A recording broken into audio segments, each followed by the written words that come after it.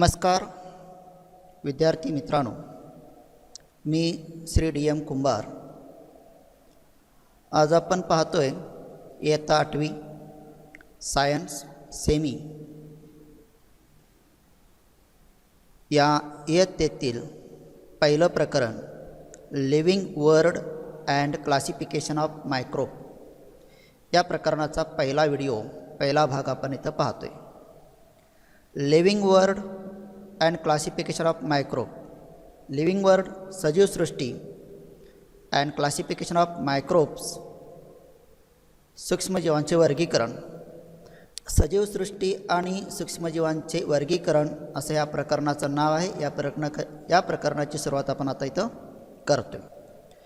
So can you recall, प्रकरणाला सुरुवात करण्यापूर्वी यापूर्वी तुम्ही काय शिकला ते थोडंसं आठवायचं आहे। त्याच्यावर आधारित तुम्हाला काही प्रश्न इथे विचारलेत, त्या प्रश्नांची उत्तरं द्यायची।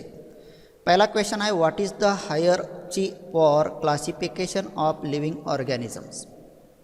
What is the hierarchy for classification of living organism. सजीवांच्या वर्गीकरणाचा पदानुक्रम काय आहे, म्हणजे सजीवांचं वर्गीकरण करायचं झालं तर त्याचा पदानुक्रम काय असतो ते आपल्याला माहीत असणं आवश्यक आहे, जे तुम्ही यापूर्वी शिकला आहात। तर हा पदानुक्रम काय आहे ते आपल्याला पाहायचं आहे। बघा तर, the hierarchy for classification is as follows. सजीवांच्या वर्गीकरणाचा पदानुक्रम तुम्हाला पुढील प्रमाणे दाखवलेला आहे। त्यात पहिला आहे किंगडम, दुसरा आहे फायलम, तिसरा आहे क्लास, चौथा आहे फॅमिली, पाचवा आहे जीन्स आणि सहावा आहे स्पेसिस। म्हणजे सजीवांच्या वर्गीकरणाचा पदानुक्रम हायर अर्ची याचा विचार केला तर त्यात पहिला घटक आहे किंगडम, दुसरा आहे फायलम, तिसरा आहे क्लास, चौथा आहे फॅमिली आणि पाचवा आहे जीन्स आणि सहावा आहे स्पेसिस। त्यानंतर दुसरा क्वेश्चन तुम्हाला विचारला आहे, who invented binomial system of nomenclatures. Who invented binomial system of nomenclatures. सजीवांना नाव देण्याची जी द्विनाम पद्धती आहे ती पद्धत कोणी शोधली, म्हणजे सजीवांना नावं देण्यात आलीत पण त्याच्यामध्ये द्विनाम पद्धतीचा शोध लागला गेला। तो शोध कोणी लावला तर त्याचा शोध लावला कार्ल लिनस या शास्त्रज्ञाने। म्हणजे Carl Linnaeus invented binomial system of nomenclature. सजीवांना नाव देण्याची द्विनाम पद्धती जी आहे ती कार्ल लिनस या शास्त्रज्ञाने शोधून काढली। आणि तिसरा क्वेश्चन आहे, which level of hierarchy are considered while writing the name in binomial nomenclatures. Which levels म्हणजे द्विनाम पद्धतीचं नाव लिहिताना कोणते पदानुक्रम विचारात घेतले जातात। म्हणजे इथं कार्ल लिनसनं काय केलं, द्विनाम पद्धतीचा शोध लावला पण ह्या द्विनाम पद्धतीचा वापर करत असताना कोणत्या लेवलचा वापर केला जातो, कोणत्या पदानुक्रमाचा वापर केला जातो ते आपल्याला इथं पाहायचं आहे। तर पहा, the levels of hierarchy considered while writing the name in binomial nomenclatures are genus and species. म्हणजे जीन्स आणि स्पेसिस ह्या दोन लेवलचा वापर कशासाठी केला जातो, द्विनाम पद्धतीने नामकरण करण्यासाठी वापरला जातो। The genus is written by the first word and species is shown by second word. यामध्ये नामकरण करत असताना किंवा लिहिण्याची पद्धत विचारात घेतली तर म्हणजे genus is written by the first words, पहिल्या शब्दामध्ये जीन्स असतात आणि the species is shown by second word, त्याच्यानंतर येणारा दुसरा जो शब्द आहे त्यानं स्पेसिस दाखवले जातात। म्हणजे जीन्स हा पहिल्या शब्दानं आणि स्पेसिस हा दुसऱ्या शब्दाने दाखवला जातो। अशा पद्धतीनं नामकरण केलं जातं, हे आपण यापूर्वी पाहिलेलं आहे। आता आपण पाहणार आहोत biodiversity and need of classification. जैवविविधता आणि वर्गीकरणाची गरज का आहे। तर पहा, last year we learned that all living organism on earth have adopted according to geographic regions, food injection, defence etcetera. गेल्या वर्षी आपण पाहिलं की सजीव सृष्टी जी आहे किंवा जे सूक्ष्मजीव आहेत ते अनुकूलन करतात आणि अनुकूलन करत असताना त्यांना कोणत्या घटकानुसार करावं लागतं, अकॉर्डिंग टू जिओग्राफिक रिजन्स म्हणजे ज्या त्या भौगोलिक क्षेत्रानुसार, फूड इंजेक्शन्स अन्नग्रहणाच्या पद्धतीनुसार आणि डिफेन्स संरक्षणानुसार म्हणजे सजीवांना भौगोलिक क्षेत्रानुसार, अन्नग्रहणानुसार आणि संरक्षणानुसार अनुकूलन साधावं लागतं. While adapting many differences are observed in the organism of same species too. अनुकलन साधत असताना एकाच जातीच्या सजीवामध्ये सुद्धा अनेक प्रकारचे बदल झालेले इथं आपल्याला पाहायला मिळतात. म्हणजे एकाच जातीचे सजीव असतात पण त्यांच्यामध्ये वेगवेगळे बदल होतात. का होतात? व्हाईल ॲडॉप्टिंग, अनुकलन साधत असताना त्यांच्यामध्ये हे झालेले बदल असतात.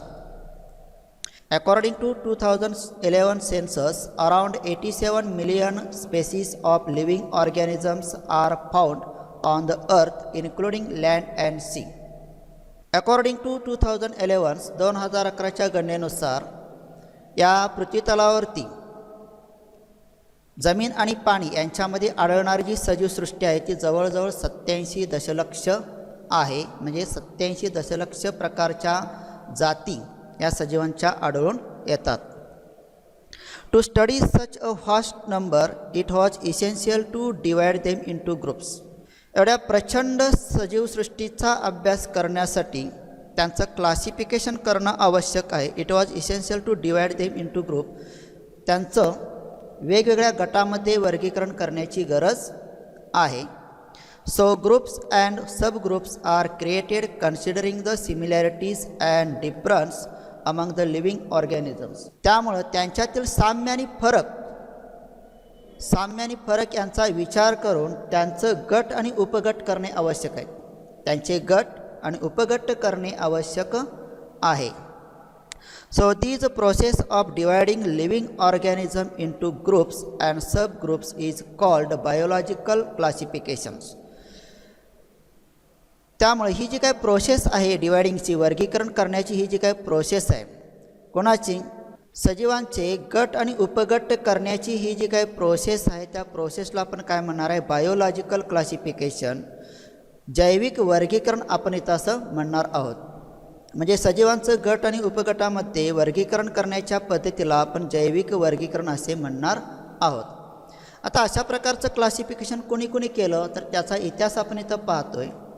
इन हिस्ट्री, इतिहासामध्ये जर डोकावलं तर काय पाहायला मिळतं? Carl Linnaeus in 1735 divided living world in 2 kingdoms, Vegetabilia and Animalia. तर 1735 या साली कार्ल लिनस यानं सजीवांचं 2 गटात वर्गीकरण केलं, 2 सृष्टीमध्ये वर्गीकरण केलं. त्यातलं पहिलं आहे व्हेजिटेबिलिया आणि दुसरं आहे ॲनिमलिया. म्हणजे वनस्पती आणि प्राणी सृष्टीमध्ये कार्ल लिनसनं 1735 मध्ये ह्या सूक्ष्मजीवांचं वर्गीकरण केलेलं आहे, या सजीवांचं वर्गीकरण केलेलं आहे. Haeckel in 1866 considered 3 kingdoms, Protista, plants and animals. 1866 मध्ये हॅकल या शास्त्रज्ञांनी परत काय केलं? 3 सृष्टींचा शोध लावला. त्यातली पहिली आहे प्रोटिस्टा, दुसरा आहे प्लॅन्ट्स आणि तिसरा आहे ॲनिमल्स. इन 1925 1925 मध्ये चटन क्रिएटेड 2 ग्रुप्स, प्रोकायरेटिक अँड युकॅरेटिक्स. चटन या शास्त्रज्ञानं 1925 मध्ये 2 गटांचा शोध लावला. त्यातला पहिला आहे प्रोकायरेटिक आणि दुसरा आहे युकॅरेटिक. आता प्रोकायरेटिक म्हणजे काय? तर अधिकेंद्रकी आणि युकॅरेटिक म्हणजे काय? दृश्य केंद्रकी. प्रोकायरेटिक म्हणजे काय? अधिकेंद्रकी आणि युकॅरेटिक म्हणजे काय? दृश्य केंद्रकी. In 1938 Copeland divided living organism into 4 kingdoms. 1938 मध्ये कोपलँड या शास्त्रज्ञानं ह्या सजीवसृष्टीचं पुन्हा 4 गटात वर्गीकरण केलं, 4 सृष्टीमध्ये वर्गीकरण केलं. त्यातलं पहिला आहे मोनेरा, त्यानंतर दुसरा आहे प्रोटिस्टा, तिसरा आहे प्लॅन्ट्स आणि चौथा आहे ॲनिमल्स. म्हणजे वेगवेगळ्या शास्त्रज्ञांनी ह्या सजीवसृष्टीचं वर्गीकरण करण्याचा प्रयत्न केलेला आहे. आपण इथं पाहतोय Robert Harding Whittaker 1920-1980 was an American ecologist. In 1969 he divided living organism into 5 groups. 1920 ते 1980 या काळातील रॉबर्ट हार्डिंग विटाकर या शास्त्रज्ञानं म्हणजे ह्या अमेरिकन इकॉलॉजिस्टनं काय केलं? पुन्हा या सजीवसृष्टीचं 5 गटामध्ये वर्गीकरण केलं. किती गटात केलं आहे? 5 गटात. For this classification Whittaker considered following criteria. या क्लासिफिकेशनसाठी, ह्या वर्गीकरणासाठी विटाकरनं काय केले? पुढील निकषांचा वापर केला. पुढील निकष वापरून या विटाकर्ण यांचं वर्गीकरण केलं. पहिला आहे complexity of cell structures. Complexity of cell structures म्हणजे काय? पेशींची जटिलता. पहिला आहे पेशींची जटिलता. सेकंड क्रायटेरिया आहे कॉम्प्लेक्सिटी ऑफ ऑर्गॅनिझम्स, सजीवांची जटिलता. तिसरा आहे मोड ऑफ न्यूट्रिशन, पोषणाची पद्धत काय आहे. चौथा आहे लाईफस्टाईल्स. लाईफस्टाईल म्हणजे काय? जीवन पद्धती. आणि पाचवा आहे फायलोजेनेटिक रिलेशनशिप. पाचवा कुठला आहे? फायलोजेनेटिक रिलेशनशिप म्हणजेच काय? वर्ग अनुवंशिक संबंध. आता हे काय आहे आपण डिटेलमध्ये पाहतोय. पहिल्यांदा पाहतोय कॉम्प्लेक्सिटी ऑफ सेल स्ट्रक्चर म्हणजे काय? Prokaryotic and eukaryotic. Complexity of cell structures, पेशींची जटिलता पाहिली तर त्याच्यामध्ये दोन भाग आहेत, प्रोकॅरियोटिक अँड युकॅरियोटिक. प्रोकॅरियोटिक म्हणजे आदिकेंद्रकी आणि दृश्यकेंद्रकी. आदिकेंद्रकी आणि दृश्यकेंद्रकी. दुसरा आहे कॉम्प्लेक्सिटी ऑफ ऑर्गॅनिझम्स, सजीवांची जटिलता. याच्यामध्ये आपण काय पाहणार आहे? युनिसेल्युलर और मल्टीसेल्युलर म्हणजे ते एक पेशीय आहेत का बहुपेशीय आहेत. त्यानंतर मोड ऑफ न्यूट्रिशन, पोषणाच्या पद्धती काय आहेत. तर प्लॅन्ट्स असतील तर प्लॅन्ट्स कसे असणार आहेत? ॲटोट्रॉपिक अँड फोटोसिंथेसिस. फोटोसिंथेटिकच्या साह्यानं ते काय करणार आहेत? स्वतःचं अन्न स्वतः तयार करणार आहेत. त्यामुळे आपण त्यांना काय म्हणणार? स्वयंपोषी ॲटोट्रॉपिक.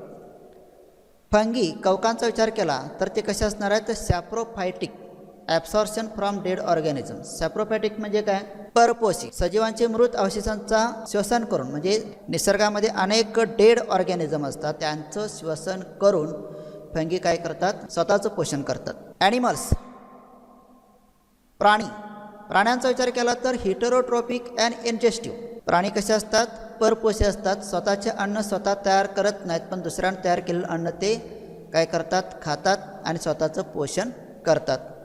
त्यानंतर आहे लाईफस्टाईल, जीवन प्रक्रिया कशी असते. प्लॅन्ट्स कसे असतात? प्रोड्युसर असतात. म्हणजे निसर्गातल्या वनस्पती ज्या आहेत ते प्रोड्युसर्स आहेत, म्हणजे उत्पादक आहेत. त्यानंतर ॲनिमल्सचा विचार केला तर ते कंझ्युमर्स आहेत. कंझ्युमर म्हणजे काय? भक्षक आहेत. कंझ्युमर म्हणजे काय? भक्षक आहेत. म्हणजे वनस्पतींनी तयार केलेलं अन्न ॲनिमल काय करतात? भक्षण करतात. आणि तिसरा प्रकार आहे फंगी. हे काय? डिकॉम्पोजर्स आहेत, म्हणजे विघटक आहेत. काय आहेत? विघटक. निसर्गामध्ये अनेक जीव असतात, त्यांचं विघटन करण्याचं काम हे फंगी करत असतात. पाचवा आपण इथं पाहतोय फायलोजेनेटिक रिलेशनशिप, वर्ग अनुवंशिक संबंध. आता याचा विचार केला तर प्रोकॅरियोटिक टू युकॅरियोटिक म्हणजे आदिकेंद्रकीपासून ते दृश्यकेंद्रकीपर्यंत इथं काय असतात? संबंध संक्रमित झालेले असतात, रिलेशनशिप संक्रमित झालेली असते. आणि दुसरा आहे युनिसेल्युलर टू मल्टीसेल्युलर.